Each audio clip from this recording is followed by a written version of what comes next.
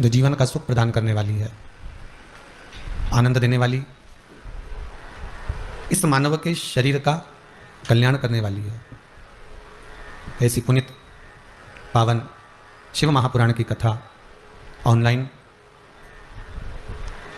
बाबा देवादि देव महादेव की ये पावन धरा, कुबेरेश्वर महादेव की ये पुण्यमय आनंदमय पावन धरा से अपन सब भगवान शंकर की पावन कथा को आस्था चैनल के माध्यम से, फेसबुक, यूट्यूब के माध्यम से श्रवण कर रहे हैं। बहुत सौभाग्यशाली है रघुवंशी परिवार, जो स्वर्गीय मोहन सिंह जी रघुवंशी जी की स्मृति में माता श्रीमती उर्मिला जी रघुवंशी, पुत्र श्री चंद्रशेखर जी रघुवंशी, बहुरानी श्रीमती मंजुला जी रघुवंशी खरगोन मध्य प्रदेश से इस पावन कथा के यजमान पद ग्रहण करें और भगवान की अविरल भक्ति और मुक्ति के मार्ग को प्रशस्त करने वाली शिव महापुराण की कथा को श्रवण करवाकर संपूर्ण विश्व का कल्याण करें। 84 लाख योनियां काटकर यदि मनुष्य की देह मिली है, मानव का यदि शरीर मिला है, हल्का सा ढीले डालिए, मानव का यदि शरीर प्राप्त हुआ है और मान लो मानव का शरीर मिला, तो उसको प्राप्त करने का सबसे बड़ा कारण है कि हम भगवान की भक्ति को धारण करें।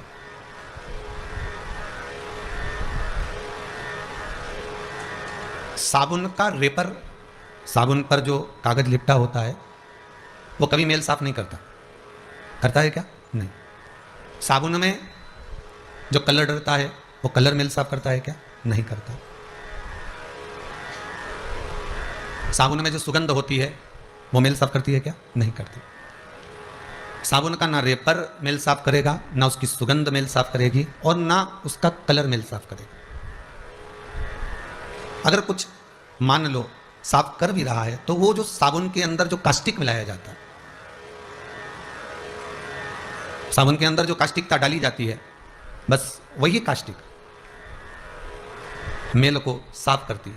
उसी तरह यदि हम मनुष्य की देह धारण करें हैं, मानव का शरीर मिला हुआ है और हम विचार करें कि हम खूब जोरदार वस्त्र पहन लें तो इससे परमात्मा मिल जाएगा, तो ये नहीं हो सकता।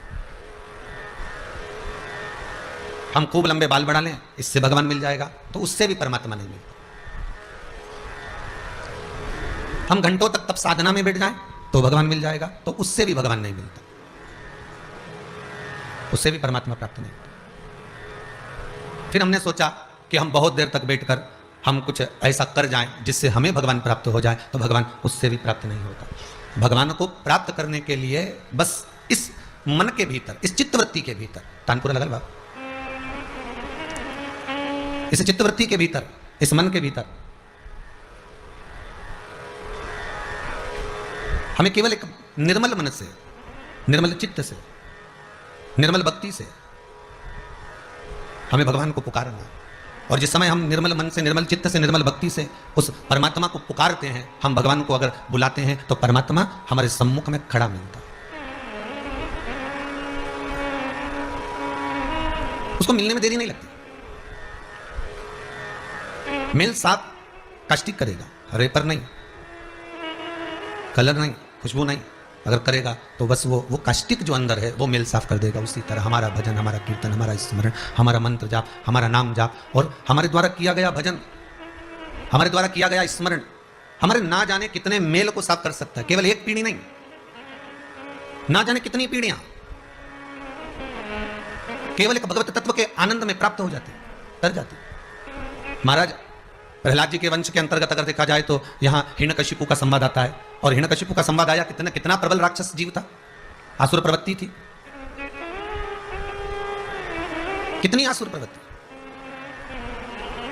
और इतनी आसुर प्रवृत्ति के अंतर्गत प्रहलाद का जन्म हो जाना, वो भी देवर्षि नारद के घर में जाकर, जब प्रहलाद की माता जी गर्भस्थ थी और यहां माता जब गर्भ से थी और इंद्र ने हरण कर लिया, जब हिरण्यकशिपु तप करने के लिए गए, साधना करने के लिए गए, ब्रह्मदेव से वर प्राप्त करने के लिए गए और इंद्रदेव लेकर जा रहे थे और देवऋषि नारद ने उनको छुड़ा लिया। देवऋषि नारद ने उनको ले लिया और लेने के बाद देवऋषि नारद ने कहा तुम इनको लेकर कहां जा रहे हो? तो इसके गर्भ में जो बालक है वो इतना प्रबल है कि वो बालक हो सकता है कि हिरण्यकशिपु जैसा ही राक्षस प्रवृत्ति का होगा और ज्यादा राक्षस प्रवृत्ति का होगा और ना जाने कितना उपद्रव मचाएगा, फिर ना जाने वो कितना उपद्रव कर दे। इसलिए इसको गर्भ में ही शांत कर दिया जाए, इसको गर्भ में ही मिटा दिया जाए। अब जरा विचार करिएगा, बहुत ध्यान दीजिए कथा की ओर। शिव महापुराण, आज श्रावण के महीने की शिवरात्रि है, बहुत ध्यान दीजिएगा। हमारा गर्भ में ही उसको मारने का विचार देवऋषि नारद के आ गया कि गर्भ में ही इस बालक को समाप्त कर दिया जाए, गर्भ में इस बालक को मार दिया जाए। और यदि वो गर्भ में मर गया, शांत हो गया, गर्भ में समाप्त हो गया, तो फिर जन्म ही ना लेगा, और जन्म जब नहीं लेगा तो फिर राक्षस उत्पन्न ही नहीं होगा,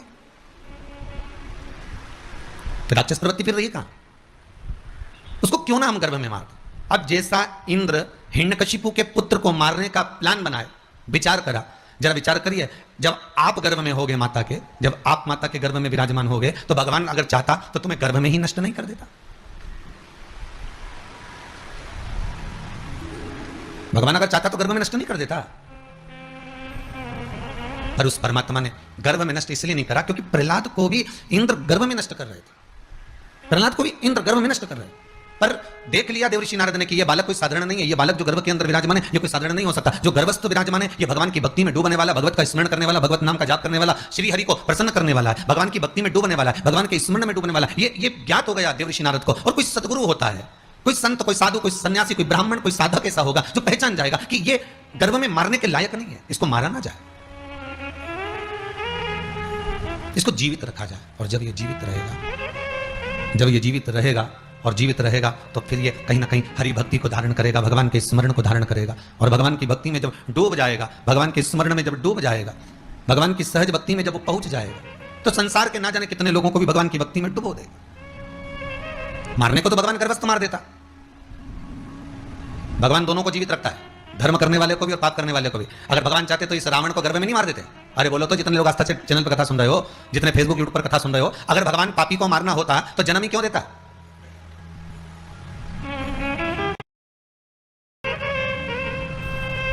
अगर लंकाधिपति रावण को भगवान को मालूम है कि ये राक्षस है, भगवान को मालूम है ये उपद्रवी निकलेगा, तो फिर इसको जन्म क्यों दिया? उसको गर्भ में नहीं मार देते। भगवान को मालूम था कि ये कंस है और उपद्रव मचाएगा और ना जाने पूरी मथुरा ब्रजमंडल को हाहाकार मचा देगा, तो भगवान क्या इस कंस को नहीं मार देते गर्भ में? पर भगवान ने उसको जन्म दिया। हिरण्यकशिपु जब पैदा हुए तो क्या भगवान को नहीं मालूम था कि ये पैदा होगा तो उपद्रव करेगा?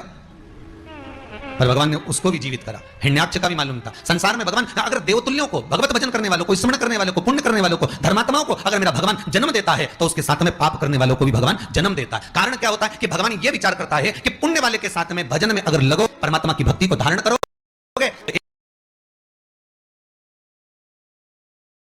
एक ना एक दिन वो परमात्मा का मिलन करवा देगा। एक छोटा प्रसंग है, ध्यान दीजिएगा। एक गोबर के कीड़े को भंवरे से मित्रता हो गई।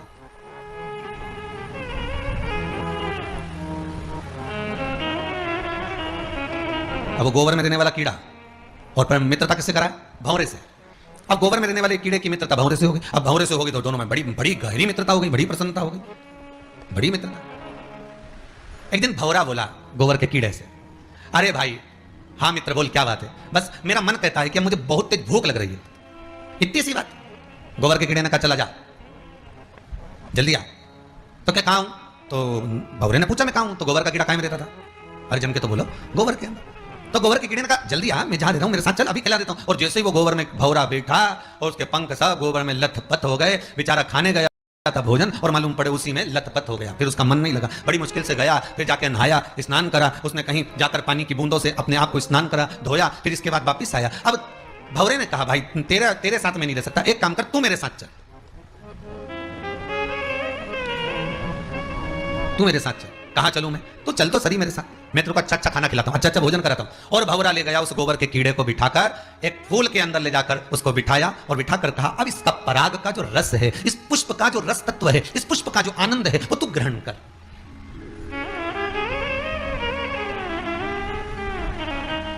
और इस पुष्प का जब रस तत्व तू ग्रहण करेगा, उसमें जो खाने में आनंद आएगा, जो पाने में आनंद आएगा, जो तुझे सुख मिलेगा, वो सुख कहीं नहीं मिलेगा। अब वो जो गोबर का कीड़ा था वो फूल के अंदर बैठ गया। अब तो पहली बार तो इतनी जोरदार पार्टी मिली है, अब अभी तक तो इतनी जोरदार पार्टी मिली नहीं थी, और अब जो पार्टी मिल रही है, इतना जोरदार जो भोजन मिल रहा है, तो उसमें तो सुख का अनुभव हो गया।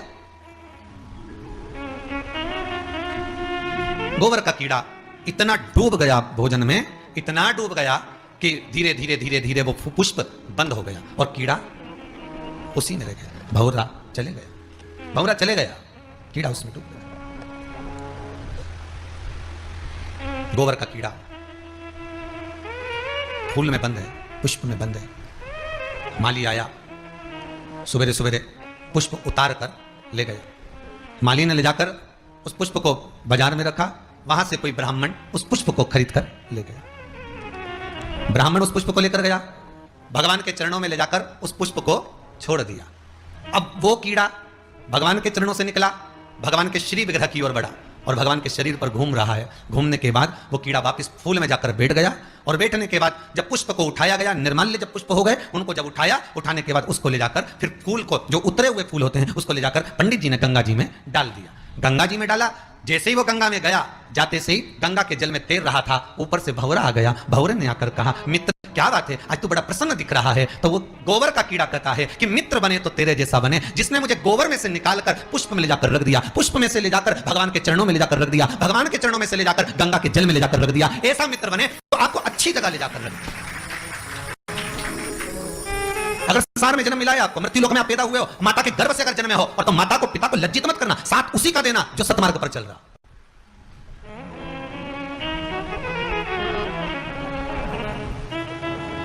नेक पथ पर चलकर, कहीं धर्म, कहीं शास्त्र, कहीं वेद पुराण पर कहीं उंगली ना उठाए, वो पहचान में आ जाता है कि ये कहां का कीड़ा। उसको उठाया और उठाकर ले जाकर रख दिया गंगा के जल में। वो कह रहा है मित्रता हो तो ऐसी हो कि जो अपने मित्र को गोबर में से निकालकर अच्छी जगह पर गंगा के जल में ले जाकर बिठा दे। वो मित्र होना चाहिए, वो परिवार होना चाहिए, वो कुटुंब होना चाहिए, वो कबीला होना चाहिए, वो सखा होना चाहिए, वो सहपाठी होना चाहिए, वो संगी होना चाहिए।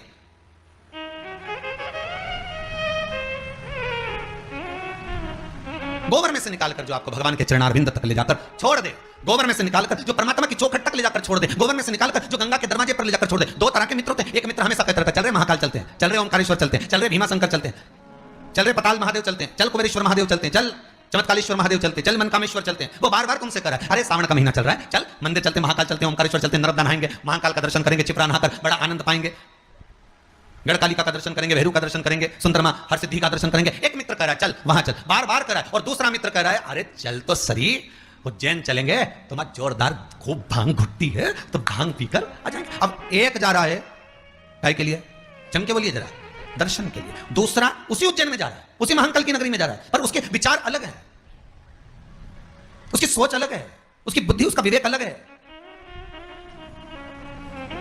एक कह रहा है चल दर्शन करने ओमकारेश्वर, दूसरा कह रहा है अभी देखते हैं अगले सोमवार तक चलेंगे, अगला सोमवार फिर अभी बहुत सारा काम पड़ा है, अभी तो लॉकडाउन हटा, बड़ी मुश्किल से तो व्यापार चला है, अगले सोमवार चलेंगे। सावन पूरा निकल गया और श्रावण पूरा निकला, अब विचार आया कि ये काम करते हैं, अब अभी नहीं जा रहा, फिर बाद में देखा जाएगा, बाद में देखिए, विचार करा फिर बाद में चलने का विचार। अब तुमने दर्शन के लिए भाव रखा, भोजन के लिए भाव होता तो आज की जगह कल भोजन करूंगा, पत्नी से कह दो, पत्नी से कहना अगले सोमवार भोजन करूंगा, फिर अगले सोमवार के अगले सोमवार करूंगा। भोजन के लिए तो 1 मिनट की देरी नहीं होती, व्यसन के लिए 1 मिनट की देरी नहीं होती, श्रृंगार के लिए 1 मिनट की देरी नहीं होती। केवल अगर होता है तो परमात्मा के दर्शन में, परमात्मा को पाने में, परमात्मा की हाजिरी में, परमात्मा को प्राप्त करने में हम देरी कर देते हैं। परमात्मा मित्र ऐसा बनाओ, सखा ऐसा बनाओ, दोस्त ऐसा बनाओ, सहपाठी ऐसा बनाओ, परिवार ऐसा बनाओ, जिस परिवार के अंतर्गत परमात्मा को भी लगे कि मैं इसको जन्म दूंगा, तो जन्म देने के बाद ये भगवान की भक्ति में लग जाएगा। भगवान को मालूम है तुम्हारे जन्म के बाद तुम्हें क्या करना। एक चोर पानी बहुतते जा रहा था, संत की कुटिया में आ गए। संत की कुटिया में जैसे चोर आए, आते सी चोर ने, संत की कुटिया में आते सी संत ने पूछ लिया, कौन हो तुम, कौन हो। चोर ने कहा मैं चोर हूं, मेरे पास चोरी का सामान है। संत ने कहा चलो बाहर निकलो, हमारे आश्रम में रहोगे, चोरी कर आ रहे हो, चोरी का सामान लेकर आ रहे हो, चलो निकलो यहां से बाहर। और संत ने उसको धक्का देकर बाहर निकाला। पानी बहुत जा रहा था, उस जलवृष्टि में वो गीला हो रहा था, कांप रहा था, ठंड सी लग रही थी उसको, पानी में गीला हो रहा है, कांप रहा है, दांतोड़ी बज रही है, उसके दांतों में से आवाज आ रही है। संत अंदर आ गए, दरवाजा बंद कर लिया, अंदर आकर संत माला लेकर बैठ गए, साधु माला लेकर बैठ गए, तपस्वी माला लेकर बैठ गए, सन्यासी माला लेकर बैठ गए। इतने में आकाशवाणी हो गई, अरे कर बैठ गए, साधु माला लेकर बैठ गए, तपस्वी माला लेकर बैठ गए, सन्यासी माला लेकर बैठ गए। इतने में आकाशवाणी हो गई और आकाशवाणी होकर कहा, अरे ओ संत, तुझे तो आज मालूम पड़ा कि ये चोर है, मुझे तो माता के गर्भ में था तब मालूम था कि ये चोर बनेगा, मैंने फिर भी जन्म दिया और माता के गर्भ से उसको प्रविष्ट करा, तो तू अपनी कुटिया से क्यों बाहर निकाल रहा है। मुझे तो पहले से मालूम है, माता के गर्भ से बच्चे की जब नाल कटती है, बच्चा जब जन्म लेता है, माता के गर्भ से जब बालक जन्म लेता है, बालिका जब जन्म लेती है, माता के गर्भ से जब बच्चा जन्म लेता है, नाल कटते से उसका भाग्य लिख दिया जाता है कि ये क्या बनेगा, क्या करेगा, मृत्यु लोक में जाकर कितना इसको भजन करना है, कितना दान करना है, कितना पुण्य करना है, कितना सत्कर्म करना है, कितना नाम जाप करना है, कितना मंत्र जाप करना है, कितनी निंदा करना है, कितनी चुगली करना है, कितनी बुराई करना है, उसके लेख पर लिख दिया जाता है कि इसको इस समय पर इतनी बुराई करना ही पड़ेगी, इसको इस समय पर इतना भजन करना ही पड़ेगा। और जब उसके भाग्य में लिख दिया गया, उसके भाग्य में जब लिखा गया तो फिर उसको वो करना ही है, चाहे तुम कितना ही 7 ताले में बंद कर दो तो भी वो करेगा, तो भी करेगा। भगवान को मालूम था जन्म देने के पहले, भगवान जब गर्भ में रखा आपको, हमको, चाहे आप हो जितने आस्था चैनल पर कथा को श्रवण कर रहे हैं, जितने फेसबुक यूट्यूब पर कथा सुन रहे हैं, चाहे वो सुन रहे हो ना सुन रहे हो, चाहे वो कहीं बैठकर कथा का रसतत्व ग्रहण कर रहे हैं, उस परमात्मा को अपने जन्म के पहले मालूम था कि ये क्या करेगा, ये निंदा करेगा कि भजन करेगा, ये स्मरण करेगा कि भक्ति करेगा, ये भोजन करेगा कि भजन करेगा, ये व्यापार करेगा कि नौकरी करेगा, ये सब परमात्मा को मालूम। आपको नहीं, परमात्मा को सब मालूम।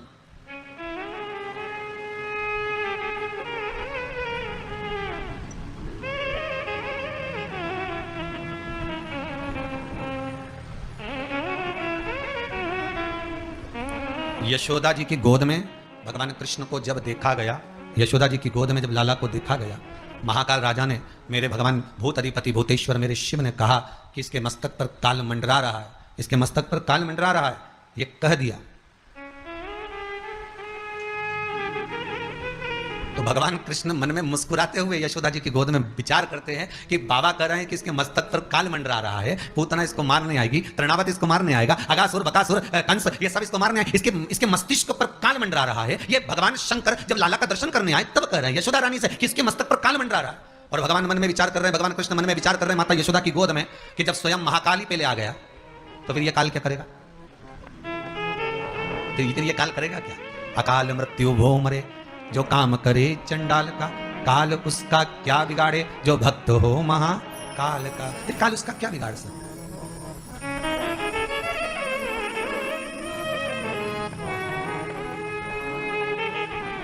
तो बिगाड़े क्या? क्योंकि इसकी चित्तवृत्ति में शिव, भगवान को मालूम है आप कितना भजन करेंगे, भगवान को मालूम है आप कितना स्मरण करेंगे, भगवान को मालूम है आप कितना मंत्र जाप जपेंगे, भगवान को मालूम है आप कितना नाम जाप जपेंगे, भगवान को मालूम है आप कितना कीर्तन करेंगे, भगवान को मालूम है आप कितना स्मरण करेंगे, भगवान को एक एक चीज का स्मरण है कि आपकी भक्ति कैसे होगी, आपका स्मरण कैसे होगा, आपका मंत्र जाप कैसे होगा, आपका नाम जाप कैसे होगा, आप कितना कीर्तन करेंगे, कितना मंत्र जाप करेंगे, कितना नाम जाप में डूबेंगे, ये परमात्मा को, ये शिव को मालूम है, भगवान को ये ज्ञात है। पर हम कितना सुंदर गीता जी में कहा है भगवान ने, कितना सुंदर भगवान गीता जी के भीतर कह रहे हैं, कितना सुंदर वर्णन कर रहे हैं कि आप कर्म करिए, फल की इच्छा न रखिए, आप तो केवल कर्म करो और जितना कर सकते हो करे जाओ।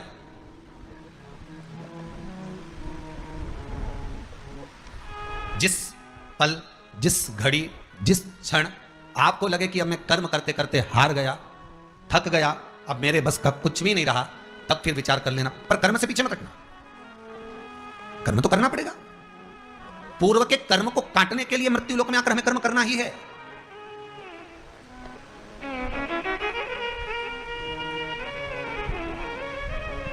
दुख आपको आपका परिवार कभी नहीं देता भाई, ना आपकी माता आपको दुख देगी, ना आपके पिता आपको दुख देंगे, ना आपका भाई आपको दुख देगा, ना आपकी धर्मपत्नी आपको दुख देगी, ना पति दुख देगा, ना बच्चे दुख देंगे, ना कुटुंब दुख देगा, ना बहू दुख देगी, ना पोता पोती दुख देंगे। आप में से कितने लोग हैं जो टीवी पर कथा सुन रहे हैं और उनका परिवार उनको दुख दे रहा है? कितने लोग हैं ऐसे? कभी विचार करना एकांत में बैठकर कि आपको ना आपकी पत्नी दुख दे रही है, ना आपका पति दुख दे रहा है, ना आप अपने पति को तलाक दे रहे हो, ना आप अपनी पत्नी को तलाक दे रहे हो, ना आपका बेटा आपको दुख दे रहा है, ना आपकी बहू आपको दुख दे रही है, ना आपके कुटुंब के लोग, परिवार के लोग, भाई आपको दुख दे रहा है। ये कहीं नहीं हो सकता, भाई भी आपको दुख नहीं दे रहा, ना आपके परिवार वाले, ना नातेदार, ना रिश्तेदार, ना मित्र, ना सखा, ना दोस्त, कोई आपको दुख नहीं देता। ये शिव महापुराण की कथा कहती है, हमको लगता है कि हमारे परिवार वाले दुख दे रहे हैं, हमको लगता है हमारी बहू हमें दुख दे रही है, हमें लगता है हमारी सास हमें दुख दे रही है, हमें लगता है हमारा पति हमको दुख दे रहा है, हमें लगता है हमारे कुटुंब वाले हमको दुख दे रहे हैं। पर शिव महापुराण की विद्येश्वर संहिता कहती है ये कोई आपको दुख नहीं देते, दुख आपका पूर्व का कर्म आपको देता है। ये जितने भी मिले हैं ना आपको, रिश्तेदार, नातेदार, कुटुंब, भाई, बंधु, सखा, पत्नी, पति, पोता, पोती, ये जितने लुटेरे मिले हैं, ये जितने अपशब्द कहने वाले मिले हैं, ये जितना ताने देने वाले मिले हैं, ये जितना गाली देने वाले मिले हैं, ये जितना उंगली उठाने वाले मिले हैं, ये कोई दूसरे नहीं, तुम्हारे पूर्व कर्म के कोई ना कोई पुराने ही होंगे जो तुम्हारे साथ जुड़कर तुम्हारी टांग खींचने के लिए सामने खड़े हुए हैं। ये कोई तुम्हारे होंगे। तो ये सब दिमाग से निकाल दीजिए। आपके ये चित्तवृत्ति बुद्धि से ये बात सब निकाल दो। जितने लोग कथा सुन रहे हैं अपनी बुद्धि से निकाल देना कि मेरी बहू मुझे गाली दे रही है, हाँ तूने किसी गाय को रोटी नहीं दी और दी भी होगी, दूसरी बार गाय आ गई होगी तो डंडा मार के भगा दिया, वही बहू आई है, वाणी के डंडे कुदा रही है।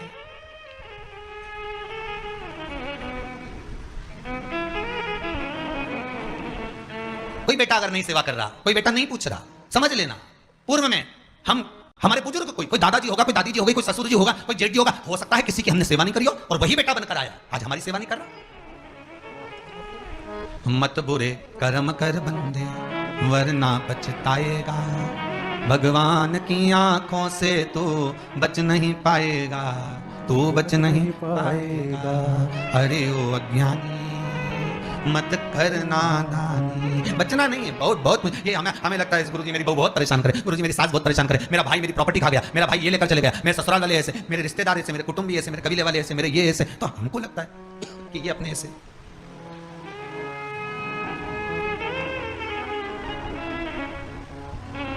हमको लग रहा है कि ये हमारे ऐसे हैं, हमारे को लूट रहे हैं, हमको ऐसा परेशान कर रहे हैं, हमको ऐसा कर रहे हैं, पर नहीं भाई। शिव महापुराण की कथा कहती है कोई हमको कष्ट नहीं देता।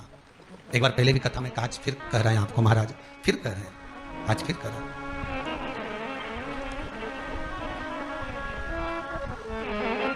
आपको फिर निवेदन कर रहा है। बीमार हुए देवास में, बीमार हुए भोपाल में, बीमार हुए सीहोर में, बीमार हुए कहीं, डॉक्टर को दिखाने जा रहे हैं इंदौर, डॉक्टर को दिखाने जा रहे हैं भोपाल, डॉक्टर को दिखाने जा रहे हैं देवास, मुंबई, पूना, जहां तहां हम डॉक्टर को दिखाने के लिए जा रहे हैं। वहां हॉस्पिटल में हमने सुई लगवाई, इंजेक्शन लगवाया, वहीं से कहीं कुछ चीरा फाड़ी कर दी, ऑपरेशन कर दिया। जरा विचार करना, कभी एकांत में बैठ कर कि रहते यहाँ थे, दवाई लेने पहुंचे वहाँ, इंजेक्शन वहाँ लगवाया, बताओ ऑपरेशन वहाँ करवाया। तो इतने सारे हॉस्पिटल, कहीं ना किसी ने कहा सूरत भी जा सकते हो, किसी ने कहा अहमदाबाद चले जाओ, किसी ने कहा वहाँ चले जाओ, कोई का पुणे चले जाओ, कोई के मुंबई चले जाओ, कोई के इंदौर चले जाओ, कोई के भोपाल चले जाओ, पर रहने वाला कहाँ का और जाकर ऑपरेशन करवा रहा है कहाँ पर? विचार करिएगा। रहने वाला कहाँ का और इंजेक्शन लगवा रहा है कहाँ जाकर? जरा विचार करिएगा।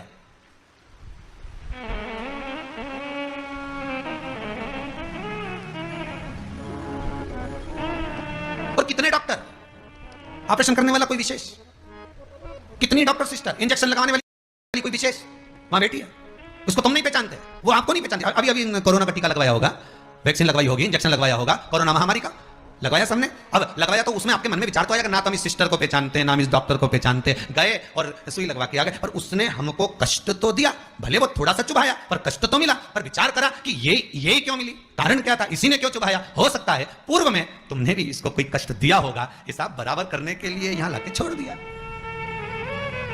वो दुनिया के लोगों ने कहा है ना कि ये कोरोना महामारी को उपजने वाला, वो चीन के ऊपर लोगों ने कहा कि उन्होंने इस कोरोना महामारी को प्रकट कर, अब उनने तो कर दिया, उनने तो संसार में विनाश का कारण बना दिया, पर फिर प्रकृति ने क्या करा? आज की स्थिति में प्रकृति क्या कर रही है? फिर वो भी अंदाजा लगा, कहीं मालूम पड़े मिट्टी हवा में उड़ रही है, ऐसी उड़ रही है गीली कि सब गाड़ी ने बंगला सबके धो दिया उसने, फिर बचा कुचा था, पानी की बाढ़ आ गई।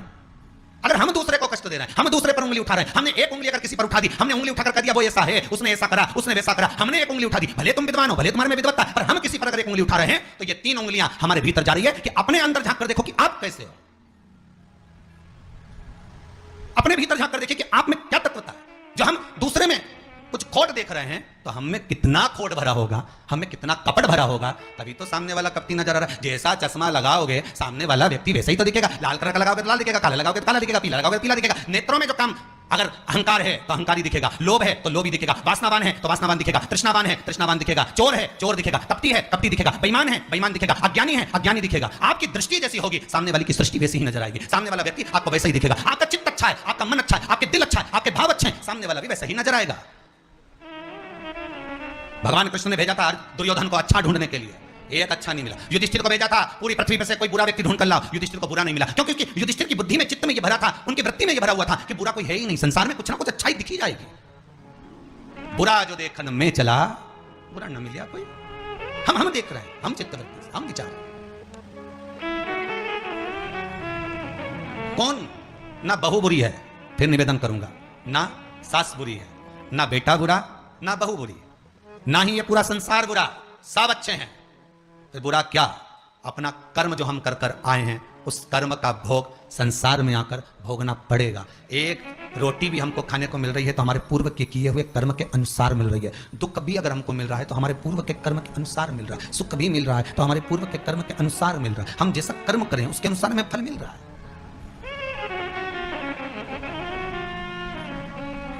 इसलिए बारंबार कहा था कि मान मेरा कहना नहीं तो पछताएगा, माटी का खिलौना माटी में मिल जाएगा, हेट बूट सूट सब यहीं रह जाएगा, और माटी का खिलौना माटी में मिल जाएगा। ये हेट रह गया, ये बूट रह गया, ये सूट रह गया, सब पड़ा की पड़ा रह गया, सब धरा की धरा रह गया। इसका मूल तत्व क्या है? इसकी महत्वता क्या है?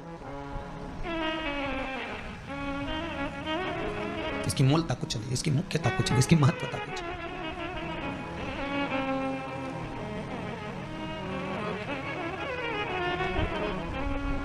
किले भोले का नाम, भगवान शिव का मंत्र, नाम स्मरण जप कीर्तन सुख दे, और वो सुख कोई साधारण नहीं हो सकता। वो सुख आनंद, वो सुख का भाव बढ़ता चले जाता, आनंद बढ़ता चले जाता। ले भोले का नाम काहे यूं भटके, मिलता है आराम काहे यूं भटके। ये शिव का नाम लेकर हम जब शंकर का नाम लेकर जब अग्रण्य हो जाए, परिसर खोलिए महाराज, परिसर खोलिए। हम शिव का नाम लेकर जब अग्रण्य बढ़े, आगे बढ़े, शंकर का नाम लेकर जब अग्रण्यता के भाव की ओर बढ़े, तो जीवन का सुख क्यों ना मिलेगा सर? वो जीवन का आनंद क्यों ना मिलेगा? महाराज शिव पुराण कह रहे कोई बुरा नहीं संसार में। ये जितने नाते रिश्ते कुटुंब कबीले बनते चले जाते हैं, ये हमारे कर्म के अनुसार बनते चले जाते हैं, कर्म के अनुसार। ये कोई दूसरा बनाता नहीं है। जैसा पूर्व में कर कर आए हो, वैसा आपके सामने आपका व्यवहार सामने वाले का प्राप्त होगा, वैसा व्यवहार प्राप्त होगा।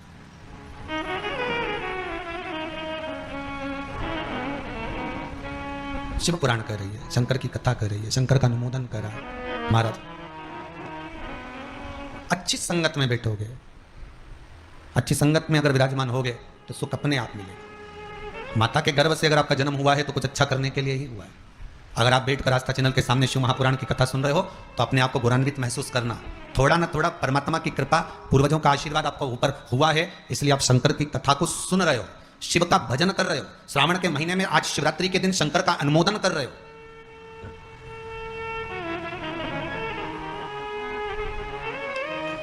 घर में 4 बहुएं होती हैं, 5 बहू होती है, 6 बहू होती है। सास 6 बहू को बोलती है कि जाओ पानी लेकर आओ, अरे बोलो जम के जरा, नहीं बोलती ना। सास किसी एक का नाम लेगी, ए बेटा, ए लाली, एक बहू का नाम लेगी और उसको पुकारेगी, और पुकार कर कहेगी जरा मेरे लिए एक गिलास पानी ला दे बेटा। बहू जाएगी, पानी ला कर देगी। अब सास ने वो 3 को क्यों नहीं बुलाया रे? अरे बोलो तो जम के, वो 3 से क्या सास की दुश्मनी थी? नहीं, वो भी रोज मिलती, वो भी रोज प्रणाम करती है, वो भी रोज नमन करती है, वो भी रोज ना रोज सास के पास जाकर बैठती है, वो भी सास उनको भी साड़ी देती है और सास उसको भी साड़ी देती है, सास उसको भी रकम देती है, उनको भी। पर एक को बुलाया आवाज लगाकर, ए बेटा, ए लाली, ए बहू जरा इधर, और जिसका नाम लेकर बुलाया वो दौड़ कर आई और लाकर पानी दे दिया। पर सास इसी को क्यों बुलाती है?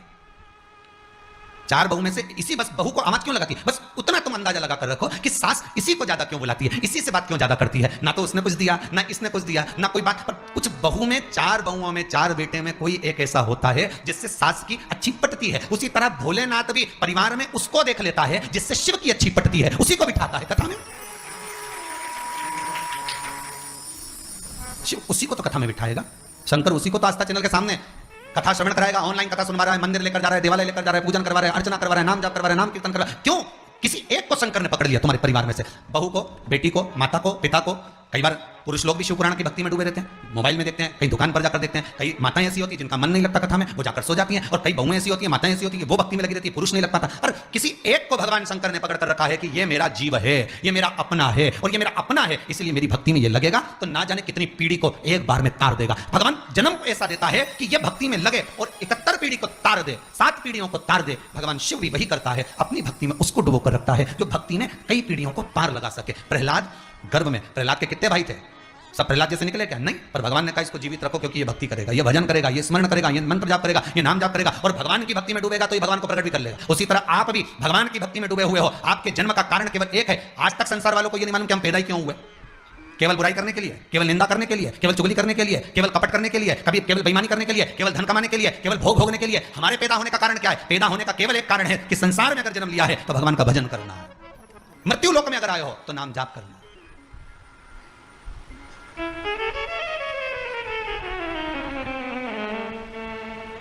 अगर मृत्यु लोक में आए हो तो भजन करो, मंत्र जाप करो।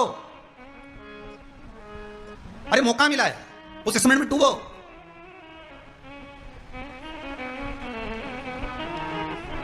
और कितनी भगवान कृपा करेगा, जरा विचार करिए, कितनी कृपा और परमात्मा करेगा कि महाशिवरात्रि जैसी शिवरात्रि श्रावण के महीने में, हर महीने शिवरात्रि आती है, आपको पहले भी कहा, ऐसा कोई महीना नहीं जाता जिसमें शिवरात्रि नहीं आती हो।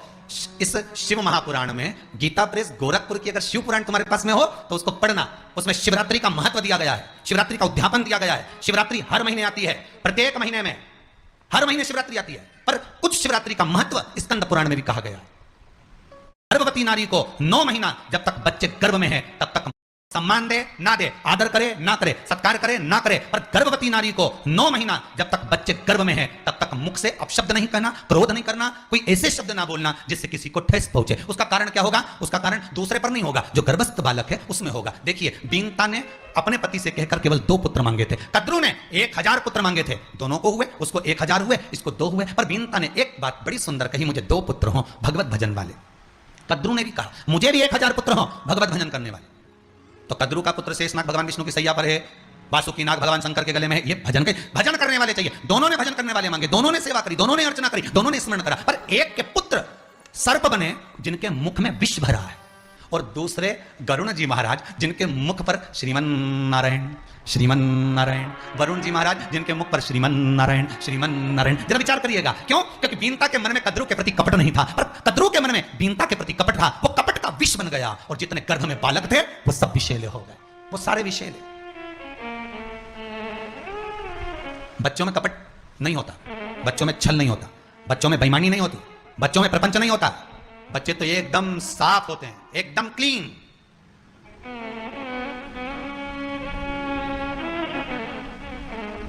बच्चे एकदम साफ है, एकदम क्लीन। उनके मन में पाप नहीं है, उनके मन में कपट नहीं है। मां रोई, बच्चे पहले रो दिए, पिता रोया, बच्चे पहले रो दिए।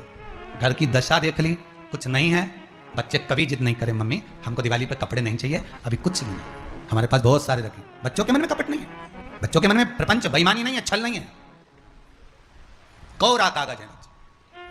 अब कई कहीं की माताएं कहती हैं कि हमारा बच्चा बहुत उद्यम करता है, ये इतना कदर करता है, ये ऐसा करता है, ये वैसा करता है, तो उसका कारण क्या है गुरुदेव? आप बोलते हो कि छल नहीं है, कपट नहीं है, बेईमानी नहीं, तो फिर आखिर कारण क्या है, ऐसा क्या है? तो ये किसी बात का नहीं है। ये माता के गर्भ में जब ये था ना, और माता जैसा सोचती थी ना, जैसा विचारती थी, जैसा बोलती थी, जैसा संबोधन करती थी, 50 बार टॉर्चर करती थी। तुम जा रहे हो बाजार से, मेरे लिए ये ले आना, फोन उठा के बार बार कहते तुम ये लेके आना, फिर पूछे तुम कहाँ हो, तुम कहाँ हो, 25 बार फोन करे। तो औलाद भी ऐसी पैदा हो, एक काम के लिए मना करो, दूसरा काम जरूर करे। जैसा माता पिता का भाव होगा वैसे संतान।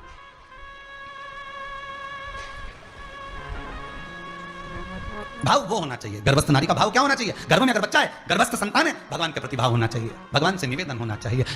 शिव की भक्ति मूल पर। कद्रू के गर्भ में बच्चे, बीनता के गर्भ में भी बच्चे, दोनों में अंतर है, दोनों में। कद्रू के गर्भ में जो बच्चे हैं, तो कद्रू किसी, बीनता के गर्भ में जो बच्चे हैं, बीनता किसी के लिए अपशब्द नहीं कर रही, ना बीनता गलत सोच रही है। अच्छा सोचोगे अच्छा मिलेगा, गलत सोचोगे गलत मिलेगा। किसी के लिए अगर गलत बोल रहे हो ना, तो पहले एक बार उससे जाकर जरूर मिलना कि व्यक्ति कैसा है। किसी नारी पर, किसी स्त्री पर, किसी कन्या पर अगर आप कुछ बात कह रहे हो, तो पहले उससे जाकर मिलो, क्या वो ऐसा, उसको पहचानो। तो दृष्टि नहीं हमको, हम सृष्टि देखने चल दी।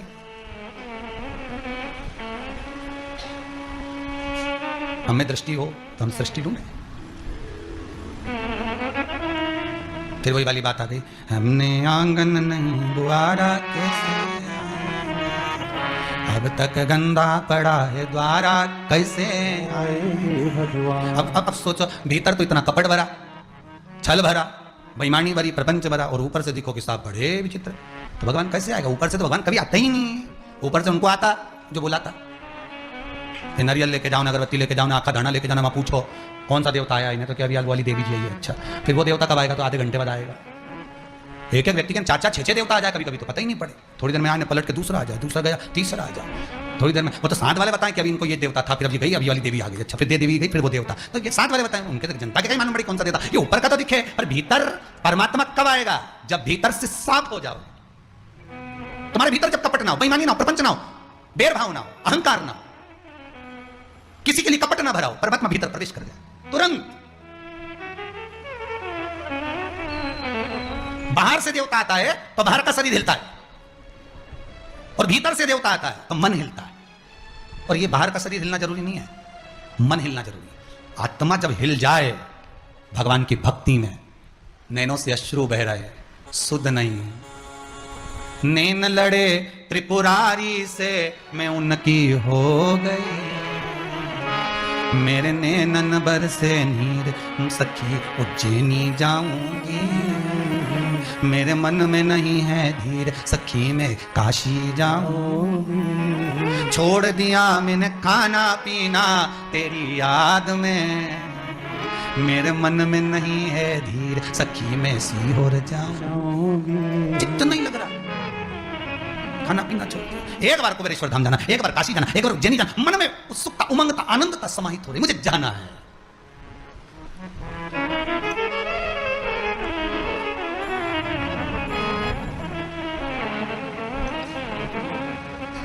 तो वो एक वो बात कही ना, बन तितली में उड़ती फिरा भोलेनाथ तेरी काशी में। प्रभु एक कृपा करना, अभी तो जो जन्म दिया ठीक है, परिवार वाले ले जाएं ना ले जाएं, भजन हो पाए ना हो पाए, अगला जन्म देना तो मुझे काशी में दे देना कि वहीं रहूं, वहीं भजन करूं, उज्जैनी दे देना, ओंकारेश्वर दे देना, सोमनाथ दे देना, केदारनाथ दे देना, भीमाशंकर, मल्लिकार्जुन, श्रीशैलम, नागेश्वर, जहां मर्जी पड़े त्र्यंबकेश्वर, ऐसी जगह देना जहां मेरा शंकर मिले, उठूं और पानी भरूं और शिव को स्नान करा कर जाऊं, शिव मेरा, मैं शंकर की हो जाऊं, फिर कुछ सूझे ना, न खाना भाई न पीना भाई, शंकर में मैं डूबी रहूं, शिव मुझ में डूबी। आज बड़ी खुशी है, इस हृदय को सबसे ज्यादा प्रसन्नता है कि आज पूरा विश्व शिव में डूब गया। 7 बजे की तैयारी सुबह से चालू है, इंतजार हो रहा है, 7 बजे 25 बार फोन लगा दिया, 6 बजे आ जाना, तैयार, हृदय उमंग से भरा, आनंद से भरा। ईमानदारी की बात कहें, कभी मौका मिले तो आपके घर में अगर शिव पुराण हो तो शिवरात्रि प्रसंग को अवश्य पढ़ना, सुनना, धारण करना। गीता प्रेस गोरखपुर की शिव महापुराण मंगाकर उसको पढ़ना, उसमें लिखा है शिवरात्रि के दिन शंकर के शिवलिंग का जब निर्माण किया जाता है, ग्रह में, घर के अंदर जब पार्थिव शिवलिंग का निर्माण करते हैं तो उस मट्टी के एक एक कण में कोई दूसरा नहीं रहता, 33 कोटि देवता शंकर का अनुमोदन करने पधार जाते हैं। तुम्हारे घर में अभी तक मेहमान आए, तुम्हारे घर में अभी तक परिवार वाले आए, आज शिव तुम्हारे घर में प्रवेश कर रहा है, शंकर तुम्हारे घर में अकेला नहीं, 33 कोटि देवताओं को लेकर जा, 33 कोटि देवता। मन में कपट नहीं होगा तो भगवान, यहां बीनता के मन में कपट नहीं था इसलिए वरुण और गरुण में, और यहां कद्रू के मन में कपट था तो भीतर बाहर की जिह्वा का जो जहर था, व्यक्ति जैसा बोलता है, जैसा अपशब्द कहता है, ताने देता है, गाली देता है, आड़े तेरे संबोधन करता है, उसकी जीवान का जहर उसके भीतर उतरता रहता है, उसकी आत्मा, उसकी चित्त, उसकी वृत्ति अंदर ले जाती है। कद्रू जैसा बीनता से कपट करती थी, वो कपट कद्रू के उदर में चला गया और बच्चे जो 1000 गर्भ में थे उनमें वो जहर भरा गया। वही जहर आज भी सांप के अंदर है, सर्प के अंदर। कद्रू ने एक जिह्वा से विष उगला था, विष उगला मतलब अपशब्द कहे थे। कद्रू की कितनी जिह्वा थी? अरे बोलो जम के, एक। बीनता की कितनी जिह्वा थी? एक। तुम्हारी कितनी जिह्वा? एक। हमारी कितनी जिह्वा? एक। एक जिह्वा से हम जब विष उगलते हैं, हम एक जिह्वा से जब आड़ा टेढ़ा कहते हैं, गलत संबोधन कहते हैं, फिर याद रखना पलट कर हमको 2 जिह्वा से मिलता है। इसलिए सांप की कितनी जिह्वा होती है? 2। पलट कर विष, जिस विष को तुमने उगला, जिस विष को तुमने दुनिया को दिया, जिस विष को तुमने अपशब्द कहे, वही पलट कर दुगना होकर मिला। हमारा शास्त्र कहता है, हमारा कितनी सुंदर बात कहता है, अगर हम एक अन्न का दाना किसी को देते हैं, कोई ब्राह्मण तुम्हारे यहाँ आया, कोई गुरु तुम्हारे यहाँ आया, कोई साधक तुम्हारे यहाँ आया, कोई उपासक तुम्हारे यहाँ आया, कोई बेटी तुम्हारे घर पर आई, कोई बहनें तुम्हारे घर पर आई और तुमने उसको एक साड़ी दे दी, ब्राह्मण को तुमने दक्षिणा दे दी, ब्राह्मण को तुमने तिलक कराकर भोजन करा दिया। एक अन्न का दाना भी हम संत को, ब्राह्मण को, साधु को, सन्यासी को, तपस्वी को, गौ माता को, बहन बेटी को अगर दे रहे हैं तो विष्णु पुराण कहती है उससे 1000 गुना ज्यादा तुमको प्राप्त हो जाता है। एक जिह्वा से दोगे, 2 जिह्वा से मिलता है। एक हाथ से दोगे, हाथ में बटोरा नहीं जाएगा, इतना परमात्मा दे देता है। जैसा दोगे वैसा बढ़कर। पर एक वृक्ष ऐसा था जिस पर भगवान कृष्ण चढ़े थे और चढ़कर यमुना जी में कूदे थे, वो कदम का वृक्ष। वो एक कदम का वृक्ष यमुना के घाट पर हरा भरा दिख रहा था, बिल्कुल हरा भरा। तो कृष्ण ने अपने मित्रों से पूछा कि सारे वृक्ष सूखे, ये वृक्ष हरा क्यों है? ये वृक्ष इतना हरा भरा कैसे? क्या कारण है? कैसे है ये? किस लिए? जिस पर भगवान कृष्ण चढ़कर कूदे थे वो वृक्ष हरा भरा था। सारे सूख गए, एक हरा भरा। बस यही शिव पुराण की कथा कह रही है। सब सूख जाएंगे, पर तुम अगर शिव का गुणगान गा रहे हो, शंकर का भजन कर रहे हो, स्मरण कर रहे हो, तो यह विश्वास रखना कि तुम तो हरे भरे रहोगे ही। वो सूख नहीं सकता, वो नहीं सूख सकता। पकड़ लो हाथ त्रिपुरारी, नहीं तो डूब जाएंगे। कृपा करो, कृपा करो, दया करो, हमारा कुछ न बिगड़ेगा, तुम्हारी शान जाएगी।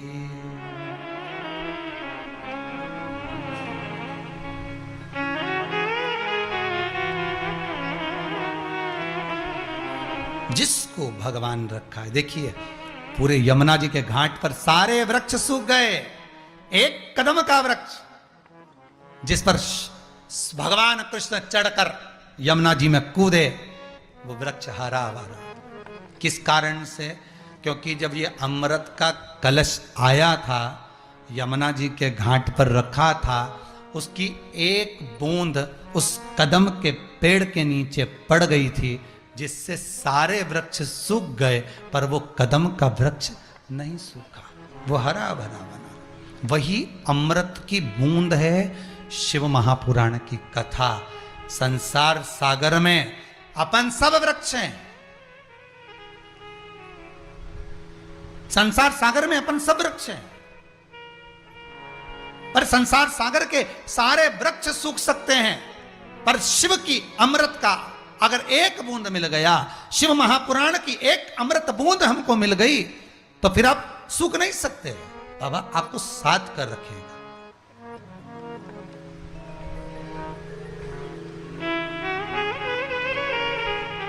कितना सुंदर का है, दुनिया के लोग जलन बरकरार रखें, मेरा भोलेनाथ जलवा बरकरार रखता है। भले दुनिया के लोग जलन बरकरार रखें, दुनिया के लोग कितनी भी जलन बरकरार रखें, पर मेरा शंभो, मेरा शंकर, मेरा त्रिकालदर्शी, मेरा विश्वनाथ, मेरा कालों का काल महाकाल जलवा बरकरार रखेगा। अगर आप शिव का अनुमोदन कर रहे हो, शंकर की भक्ति में डूबे हो, तो अकाल मृत्यु वो मरे जो काम करे चंडाल का, काल उसका क्या बिगाड़े जो भक्त हो महाकाल का। शंकर का अनुमोदन लगा, शिव का स्मरण करो, क्या जाए।